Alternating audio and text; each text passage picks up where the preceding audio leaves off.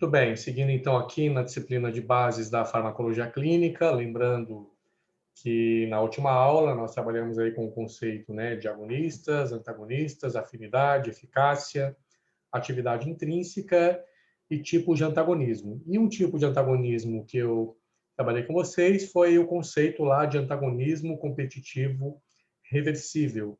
Então, eu dei alguns exemplos clínicos da aplicabilidade disso. Então, nós vimos aí o conceito de antagonismo competitivo reversível. Nós ainda temos o conceito de antagonismo competitivo irreversível, antagonismo não competitivo, antagonismo farmacocinético e antagonismo fisiológico. Todos esses outros tipos de antagonismo, eu ainda voltarei a comentar sobre os mesmos, porém, eu não quero comentar neste momento, eu quero deixar para comentar quando chegar o momento que eu possa colocar aplicabilidade clínica e aí esses conceitos eles possam ser realmente consolidados aí por vocês, tá? Então, neste momento, nós temos aí a consolidação do que é o antagonismo competitivo reversível e no decorrer da disciplina nós voltaremos a falar desses outros tipos de antagonismo dentro de situações clínicas. Porque antes de eu falar desses outros tipos de antagonismo, é preciso que a gente conheça um pouquinho mais sobre receptores. Chegou o momento de nós consolidarmos algumas informações relacionadas a receptores e depois que nós consolidarmos essas informações, aí nós poderemos retornar a essas informações aqui da base da farmacologia, porém, com certeza vocês terão mais facilidade para compreender a lógica clínica desses conceitos. Bom, nós já vimos aí em anos anteriores, né, que existem os receptores de membrana, que são alvos moleculares para ação de drogas ou fármacos. O que nós precisamos ver agora a partir da nossa disciplina, desse momento? Que existem diferentes tipos de receptores, que nós também já vimos, alfa, beta, muscarínico, opioide, nicotínico, serotoninérgico e por aí vai. Mas existem também diferentes classificações de receptores, como ionotrópicos, metabotrópicos, ligados à enzima e nucleares.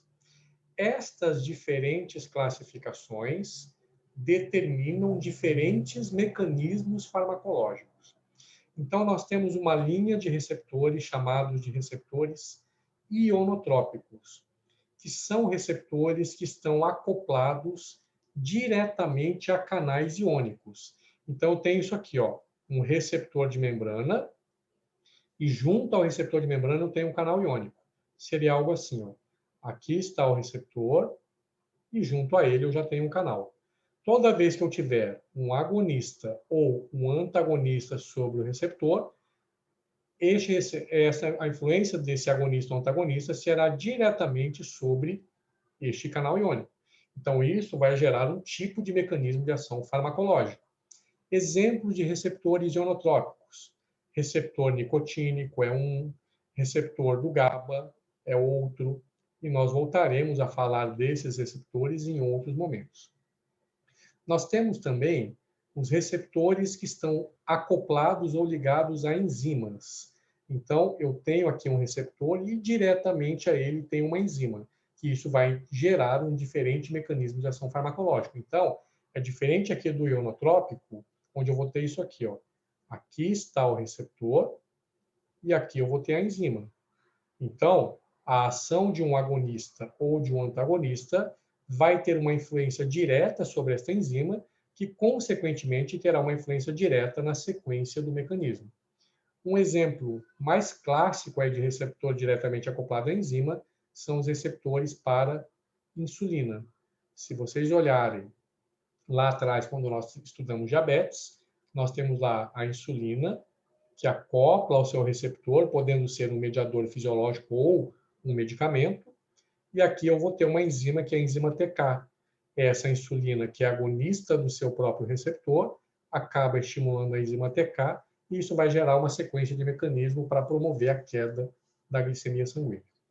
Nós temos também receptores nucleares, receptores que estão presentes diretamente no núcleo da célula.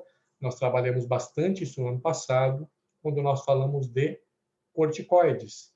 E eu falava lá com vocês, né, que o corticoide, ele vai lá, acopla no receptor nuclear, tem o DNA, leva a informação para o DNA, que passa para o RNA, que vai sintetizar aquela proteína anexina 1, e isso vai ter uma interferência na sequência de mecanismo. Então, trabalhamos bastante aí receptor nuclear, e um exemplo de receptor nuclear são dos corticoides.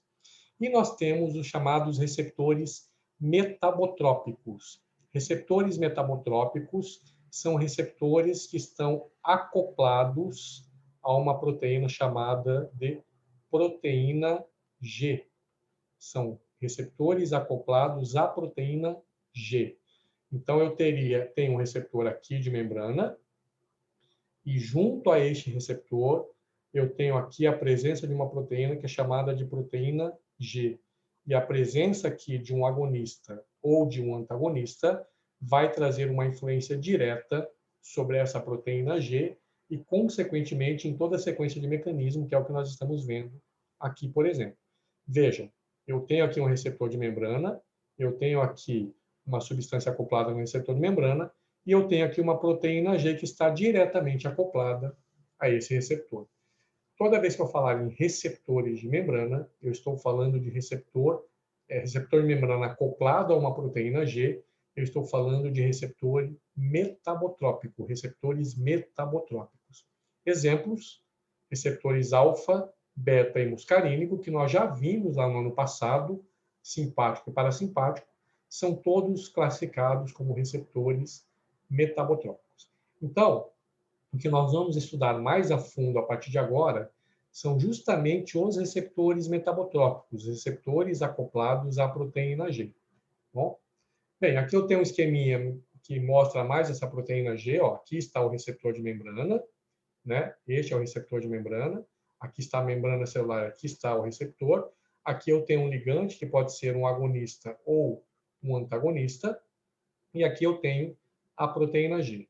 Vejam que a proteína G, na verdade, ela corresponde a um trímero. Ela é formada por 3 partes, alfa, beta e gama. Tá? Sendo que a subunidade alfa e beta estarão sempre ancoradas no receptor, na proteína receptor aqui na membrana. A subunidade beta e gama estará sempre ancorada. E a subunidade alfa, ela pode se deslocar em direção a uma enzima. No caso, ela só vai se deslocar em direção a uma enzima se o ligante do lado de fora for um ligante que promova um estímulo. E um ligante que promove estímulo é chamado de agonista. Então, toda vez que eu tiver aqui fora um agonista, que vai estimular essa proteína G a deslocar essa subunidade alfa do trímero em direção a uma enzima. Então, ela vai até a enzima para dar uma sequência do mecanismo. A subunidade beta e gama permanece ancorada no receptor, e depois que a subunidade alfa levou a informação até a enzima, ela retorna em direção aqui ao receptor de membrana, formando novamente a composição desse trímero. Sempre que eu tiver um antagonista, lembra que o antagonista é aquele que tem afinidade ao receptor, porém a sua eficácia ou atividade intrínseca ela é nula, ela é de valor numérico 0, eu terei o bloqueio do receptor. Então, na verdade, como não há estímulo, há bloqueio, essa subunidade alfa ela não vai se deslocar, ela vai permanecer aqui e, portanto, esta enzima não receberá mais nenhum tipo de informação dessa subunidade alfa. Então, eu vou ter um tipo de mecanismo, se eu tiver um agonista, onde a subunidade alfa se desloca e vai mandar uma informação para ter uma sequência de mecanismo, e eu vou ter um outro tipo de resposta se eu tiver um antagonista, onde a subunidade alfa não vai se deslocar e, portanto, a enzima não recebe essa informação e a sequência do mecanismo ela será diferente. Então, o que nós temos hoje é basicamente isso aqui, ó.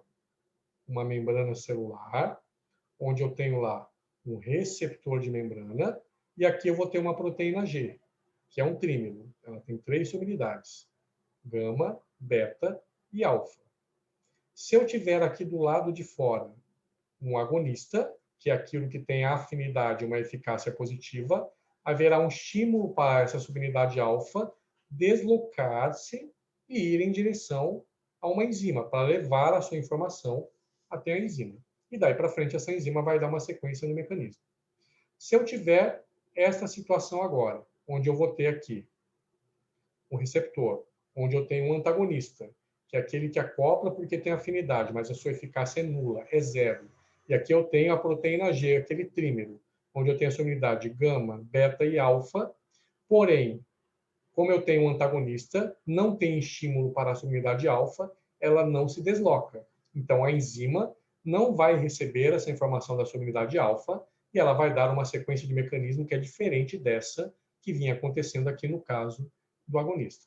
Tá? Então, esses são chamados receptores acoplados à proteína G ou receptores metabotrópicos. É muito comum em concurso público o pessoal perguntar o que são receptores metabotrópicos. Então, receptores metabotrópicos são os receptores acoplados à proteína G.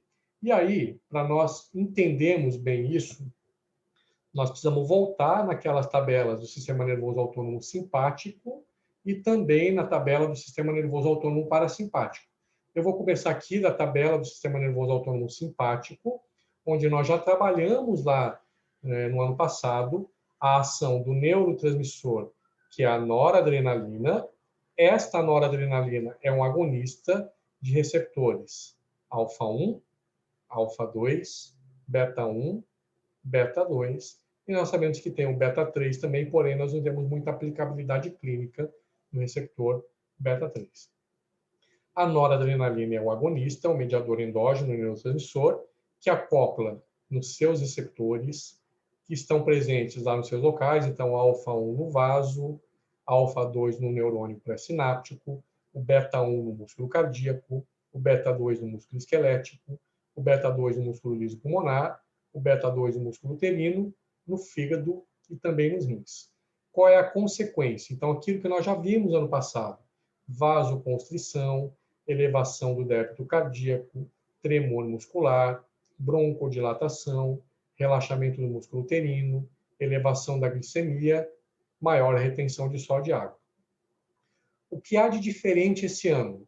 Nós vamos acrescentar nesses mecanismos a proteína G, a enzima envolvida, segundos mensageiros, proteína quinase e quais são os canais iônicos envolvidos. Então, nós sempre teremos uma sequência de mecanismos que é assim.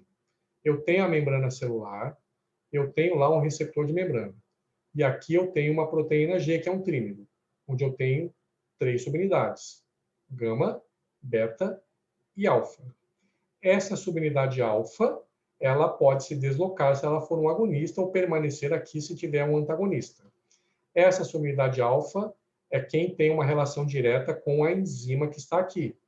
E esta enzima, que nós vamos citar quem são elas aqui, elas podem aumentar ou reduzir a produção dos chamados segundos mensageiros. Esses segundos mensageiros que eu cito aqui terão interferência sobre as proteínas quinases, as PKs, que, por sua vez, terão uma interferência sobre canais iônicos. E a partir dessa interferência nos canais iônicos, nós teremos alteração no potencial de ação, e aí sim nós podemos explicar o mecanismo na sua íntegra. Então, nós temos aqui o adicional da proteína G, da enzima, segundo mensageiro, proteína quinase e canais iônicos envolvidos. Vou dar um exemplo a partir do receptor de membrana alfa-1. Então, nós sabemos que o alfa-1 ele está presente lá no músculo liso vascular. Então, eu tenho aqui vaso sanguíneo.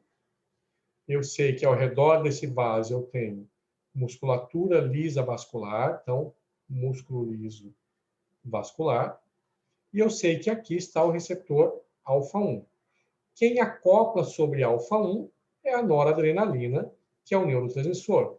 Ela é um agonista, portanto, ela tem afinidade, por isso que ela se acopla, e ela tem uma eficácia positiva, ela estimula esse receptor. No caso, a noradrenalina como neurotransmissor, ela é classificada como um agonista total ou agonista pleno, ou seja, aquilo que tem a eficácia máxima, mais um. O que nós vimos no ano passado? Toda vez que eu tenho a noradrenalina como agonista total, agonista pleno em alfa-1, eu terei como resposta um aumento da contração do músculo liso vascular, que é o que está aqui na tabela, maior contração do músculo vascular, portanto, uma vasoconstrição. Então, o vaso vai reduzir o seu diâmetro e eu terei uma vasoconstrição. Tá? E aí eu posso ter ou um efeito terapêutico ou eu posso ter um efeito colateral. O que nós precisamos adicionar nesse mecanismo, porque nós vimos uma parte dele no ano passado, nós precisamos adicionar a proteína G, a enzima envolvida, os segundos mensageiros, a proteína quinase e quais são os canais iônicos envolvidos. Então, é isso que nós vamos trabalhar a partir de agora aí nesses mecanismos. Então, vamos imaginar essa situação, colocando aqui, então, para vocês, o receptor de membrana alfa-1, onde eu vou ter aqui a ação da noradrenalina, que é um agonista total ou pleno. Ela acopla aqui porque ela tem afinidade e uma eficácia positiva, no caso, mais 1. Eu tenho aqui um receptor, uma proteína G, que tem o trímero, gama, beta e alfa. E a subunidade alfa está recebendo esse estímulo. Portanto, a subunidade alfa ela vai se deslocar em direção à enzima. Ela está sendo estimulada porque é um agonista que está estimulando ela a se deslocar em direção à enzima. Só que existem diferentes tipos de subunidades alfa. Eu posso ter uma subunidade alfa-S, uma subunidade alfa-Q, uma subunidade alfa-I. Alfa-S, o S vem de estimulatório do inglês. Alfa-Q também é estimulatório, então são subunidades de caráter estimulatório. Alfa-I é uma subunidade de caráter inibitório. No caso, sempre que eu falo em receptor alfa-1, eu sei que sempre vai ser proteína G, vai ter o trímero e vai ter a subunidade alfa. E como é o receptor alfa-1, sempre será subunidade alfa-Q. Isso é uma regra, isso tem que ser decorado. Alfa-1 sempre será subunidade alfa-Q. Tá? Então, eu tenho aqui uma subunidade alfa-Q que se desloca em direção a uma enzima, que está aqui. Bom, alfa-Q é estimulatório. Então, significa que essa subunidade alfa, através da ação do agonista, ela foi estimulada a se deslocar em direção à enzima, levando a informação de estímulo. Esta enzima é chamada de enzima fosfolipase C, que nós podemos chamar daqui para frente de enzima PLC. Sempre que eu tiver o alfa-1, sempre será alfa-Q e a enzima sempre será a enzima fosfolipase C. Esta enzima, como eu falei lá atrás, ela vai produzir segundos mensageiros. Quem são os segundos mensageiros? Um deles é o trifosfato de inositol, que eu posso chamar aqui de IP3, e o outro é o diacilglicerol, que eu vou chamar aqui de DAG. São segundos mensageiros.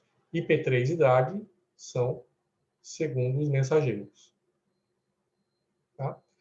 Como eu tenho uma enzima que está recebendo uma informação de estímulo, porque a subunidade alfa-Q é estimulatório, então o trabalho dessa enzima ela aumenta. Como o trabalho da enzima aumenta, ela produz mais. Então, eu aumento a produção de IP3 e aumento a produção do segundo mensageiro, que é o DAG. O aumento de IP3 favorece o aumento da liberação de cálcio que está estocado na célula. Então, eu libero cálcio, então eu aumento a concentração do cálcio no meio intracelular. E já volto a falar da importância desse aumento da concentração do cálcio no meio intracelular. O aumento do DAG, que é o outro segundo mensageiro, vai aumentar ou estimular os níveis de uma proteína quinase, que é a PK, no caso aqui a proteína quinase do tipo C, a PKC. Essa proteína quinase do tipo C, como ela está aumentada, ela vai lá nos canais iônicos de sódio e de cálcio e ela determina o aumento do tempo de abertura desses canais, tanto de sódio, portanto, entra mais sódio lá no líquido, quanto de cálcio, portanto, entra mais cálcio aqui. Então, eu aumento tanto a concentração do sódio lá no líquido intracelular, quanto eu aumento a concentração do cálcio também lá no meio intracelular. Percebam que no final eu tenho um aumento de cálcio por esta via e eu tenho um aumento de cálcio por essa via. Se nós voltarmos lá atrás na tabela e olharmos aqui, que a resposta de um agonista alfa-1 é promover um aumento da contração do músculo liso vascular, então eu volto aqui e vejo que eu tenho mais cálcio, portanto, quanto mais cálcio eu tenho, maior a contração do músculo liso vascular, porque esse músculo só se contrai porque tem mais cálcio. E, portanto, isso promove vasoconstrição. E essa vasoconstrição eu posso explicar de acordo com aquilo que eu estou procurando, de acordo com aquilo que eu tenho, ou como uma resposta fisiológica, ou como uma resposta farmacológica. Então, por exemplo, eu posso ter uma vasoconstrição fisiológica pela ação da noradrenalina, que vai promover um aumento da minha RVP e pode promover, como consequência, um aumento da pressão fisiológica. Eu posso ter um excesso por muito tempo de noradrenalina como agonista alfa-1, promovendo um aumento excessivo e contínuo da RVP, portanto, muita vasoconstrição, e eu passo a ser um indivíduo hipertenso. Mas, para que tudo isso aconteça, eu tenho todo um mecanismo envolvendo esta proteína G, que envolve a subunidade alfa, que no caso, para o receptor alfa-1, sempre vai ser a subunidade alfa-Q, que é estimulatória, portanto, vai estimular o trabalho dessa enzima, que sempre, para o caso do alfa-1, vai ser a enzima fosfolipase C, e que sempre vai produzir IP3 e DAG como segundos mensageiros. No caso, como a enzima trabalha mais, ela produz mais IP3 e libera mais cálcio, e ela produz mais DAG, que estimula a PKC, que manda entrar mais sódio e mais cálcio. Este aumento de cálcio na célula promove maior contração do músculo vascular, promove vasoconstrição, aumentando a resistência vascular periférica e elevando a pressão ou fisiológica ou colocando o indivíduo num processo patológico. Tá? Então, esse é o mecanismo completo quando nós falamos da ação de uma noradrenalina no alfa-1, no músculo liso vascular, o efeito que ela promove, mas para explicar esse efeito eu tenho uma proteína G, que é uma subunidade alfa-Q, uma enzima que sempre vai ser a fosfolipase C, dois segundos mensageiros, que serão o IP3 e o DAG, a proteína quinase, que é a PKC, e os canais iônicos envolvidos serão os canais iônicos de sódio e de cálcio. Vamos imaginar a seguinte situação clínica. Um indivíduo vai à farmácia, essa paciente foi com um quadro de congestão nasal. E pela congestão nasal, ela está também com um quadro de coriza. E ela poderia estar utilizando um resfenol, que tem lá o paracetamol, a clorfeniramina, e eu sei que tem a fenilefrina, uma medicação pela via oral para ter um efeito sistêmico. Ou ela poderia estar utilizando localmente, via intranasal, uma solução de nafazolina. Tanto fenilefrina quanto nafazolina são fármacos considerados como agonistas totais ou agonistas plenos do receptor de membrana alfa-1. Até o ano passado, então, eu entendi o seguinte: bom, um indivíduo com congestão nasal e coriza significa que está, por algum motivo, com um grande processo de vasodilatação. Esta vasodilatação facilita, aumenta a permeabilidade e, portanto, aumenta o extravasamento de líquido. Por isso que dá congestão nasal e por isso que dá coriza. Eu preciso usar, então, um agonista alfa-1 que eu sei que vai promover uma vasoconstrição, e nesta vasoconstrição, eu sei que eu vou reduzir essa permeabilidade vascular, reduzir o extravasamento de líquido, e, portanto, eu posso reverter uma congestão nasal e reverter uma coriza. Então, isso é o que nós trabalhamos até o ano passado. Como é que vai ser o mecanismo tanto de fenilefrina, e que é o mesmo mecanismo da nafasolina, vai tratar o mesmo problema. O que difere é que são estruturas químicas diferentes administradas por vias diferentes. Como são agonistas alfa-1, o mecanismo vai seguir sempre isso aqui. Então, o que eu alterei com essas medicações? Eu tenho lá um receptor de membrana alfa-1. Eu sei que o receptor de membrana alfa-1 é um receptor acoplado à proteína G, onde tem 3 subunidades, gama, beta e alfa. Gama, beta e alfa. Tá? E eu sei que aqui vai acoplar a fenilefrina, se ela tomar a medicação pela via oral, mas também pode acoplar a nafasolina se ela optar por um uso de uma solução nasal. Ambos são agonistas totais ou agonista pleno. Agonista total, agonista pleno é aquilo que tem afinidade ao receptor, por isso que se acopla, e tem uma eficácia ou atividade intrínseca mais um, que é o máximo, por ser agonista total, agonista pleno. Então, esses agonistas vão estimular ao máximo a proteína G e, portanto, como está estimulando, eu terei o deslocamento dessa subunidade alfa. Como nós já vimos lá atrás, sempre que é receptor alfa-1, sempre será subunidade alfa-Q, que é uma subunidade de caráter estimulatório. Então, nós teremos aqui como consequência essa subunidade alfa-Q sendo deslocada porque eu tenho um agonista mandando deslocar isso. Como consequência, alfa-Q é estimulatória. Eu terei um estímulo da enzima, que no caso é a enzima fosfolipase C, então eu aumento o trabalho da fosfolipase C, e eu sei que esta fosfolipase C, ela produz os segundos mensageiros, trifosfato de inositol EP3 e o diacilglicerol, que é o DAG. Como o trabalho dela está aumentado, eu aumento os níveis de IP3 e aumento os níveis do DAG. Com mais IP3, eu aumento a liberação dos níveis de cálcio, aumentando o cálcio intracelular. Com mais DAG, eu aumento ou estimulo o trabalho da proteína quinase do tipo C, que, por sua vez, determina o aumento do tempo de abertura dos canais de sódio, aumentando a taxa de sódio no líquido e também aumentando o tempo de abertura dos canais de cálcio, aumentando os níveis de cálcio no líquido. Ao final, eu tenho aumento de cálcio por ambas as vias. Essa elevação do cálcio promove um aumento da contração do músculo liso vascular. Portanto, eu tenho uma vasoconstrição. Essa vasoconstrição significa, para esta paciente, uma redução da permeabilidade vascular, portanto, um menor extravasamento de líquido e, portanto, uma redução da congestão nasal e também uma redução do quadro de coriza.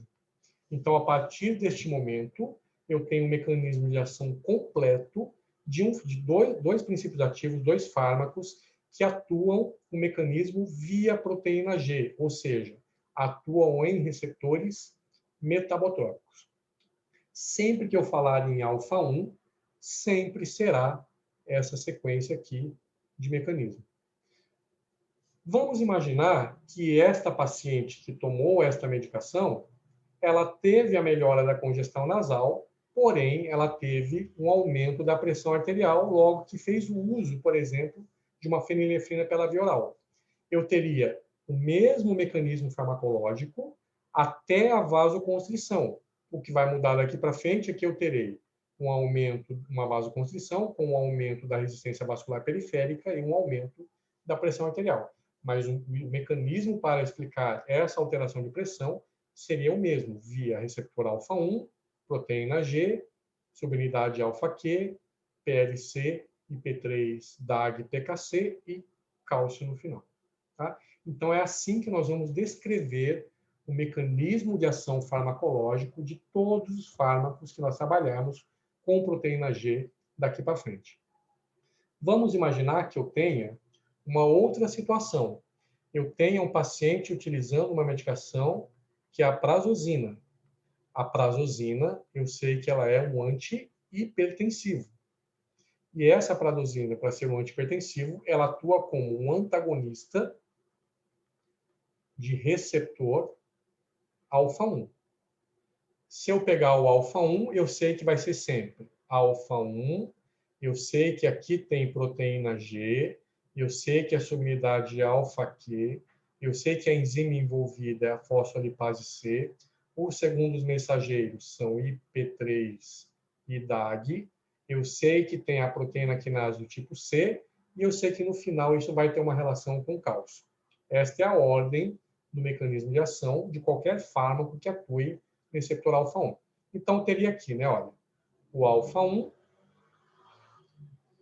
onde eu tenho aqui a proteína G, onde eu tenho a proteína G, que é um trímero, subunidade gama, beta e alfa. Até então, eu tinha a ação da noradrenalina, que é um agonista, que estava gerando uma elevação da pressão. A partir de agora, está chegando aqui a prazosina. E ela está numa quantidade maior do que o agonista. Lembra que a prazosina ela é um antagonista e ela ocupa esse espaço. Ela desloca o agonista e ocupa esse espaço. E como ela é um antagonista, ela só se acoplou porque ela tem afinidade ao receptor e a sua eficácia ou atividade intrínseca ela é nula, ou seja, de valor numérico zero. Então estará bloqueando o receptor, porque a eficácia de estímulo aqui ela é zero. Nós já podemos dizer que eu tenho uma briga de um agonista contra um antagonista pelo mesmo receptor. Então eu sei que aqui está acontecendo um antagonismo competitivo reversível. Isso é um conceito que nós já vimos atrás. Bom, como eu tenho um antagonista, não há estímulo do receptor, então a subunidade alfa, que é a alfa-Q, ela não recebe estímulo. Portanto, ela não será deslocada. Então, a enzima, que é a PLC, ela está esperando aqui chegar a alfa-Q. Só que ela não se desloca porque lá fora quem está predominando é o antagonista, com a eficácia ou atividade intrínseca nula ou zero. Portanto, como a alfa-Q é uma informação de estímulo e não desloca, o trabalho da enzima, então, vai cair, porque ela não está sendo estimulada. Se cai o trabalho da enzima, o que eu vou ter?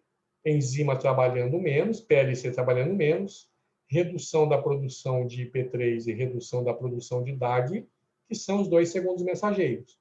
Menos IP3, menor liberação de cálcio, menor taxa de cálcio no meio intracelular, menos DAG, redução da ativação da proteína quinase do tipo C, e, portanto, uma PKC menos ativada, eu vou ter como consequência um fechamento dos canais iônicos, tanto de sódio quanto de cálcio, e, portanto, uma redução da entrada de sódio lá no meio intracelular e uma redução da entrada de cálcio também lá no meio intracelular.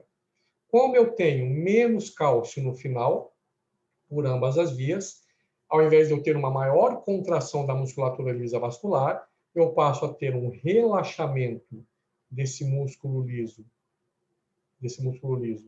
vascular, e, portanto, eu posso dizer que houve uma vasodilatação.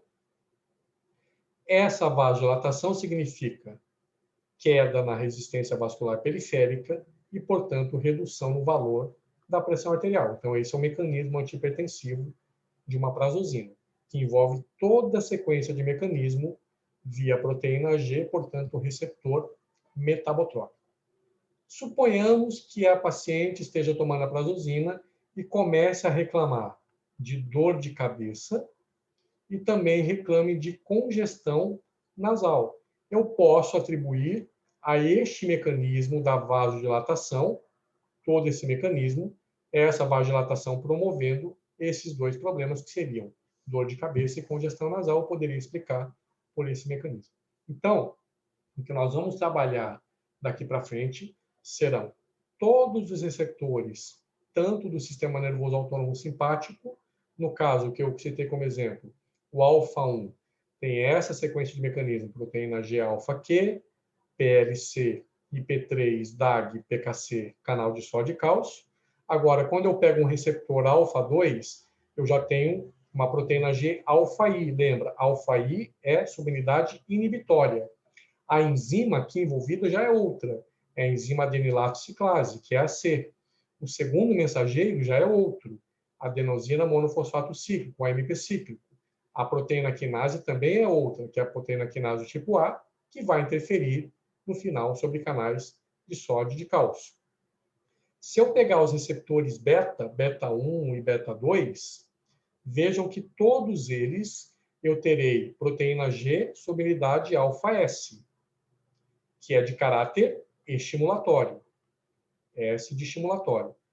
A enzima sempre será adenilato ciclase. O segundo mensageiro sempre será o AMP cíclico. A proteína quinase sempre será a proteína quinase do tipo A. E os canais iônicos envolvidos sempre serão os canais iônicos de sódio e de cálcio.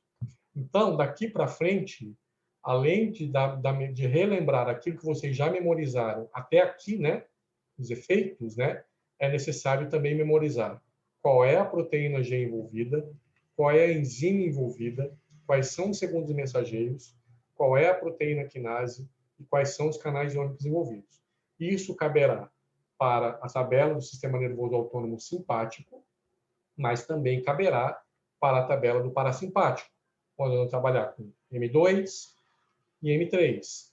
Veja que o M2 tem uma proteína G alfa-I, adenilato ciclase, AMP cíclico, pKa e influência em canais de sódio e cálcio.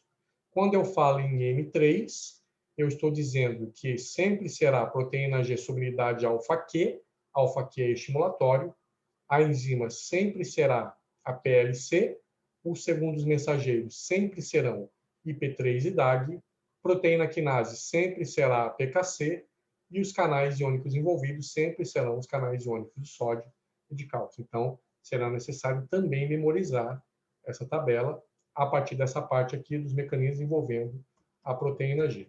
Então, em cima do que nós já vimos aí, né, também anteriormente, nós estamos focando aqui nos receptores metabotrópicos. Veja que eu tenho um receptor de membrana, uma proteína G que influencia sobre a enzima, mas também sobre canais iônicos, que envolve segundos mensageiros e que isso tem uma relação com o cálcio liberado e que isso vai gerar efeitos. Tá? E que nós temos aí, então, mecanismos farmacológicos diferentes quando eu falo em receptor metabotrópico, que é diferente de ionotrópico, que é diferente de mecanismo de receptor acoplado à enzima, que é diferente de mecanismo de receptor nuclear.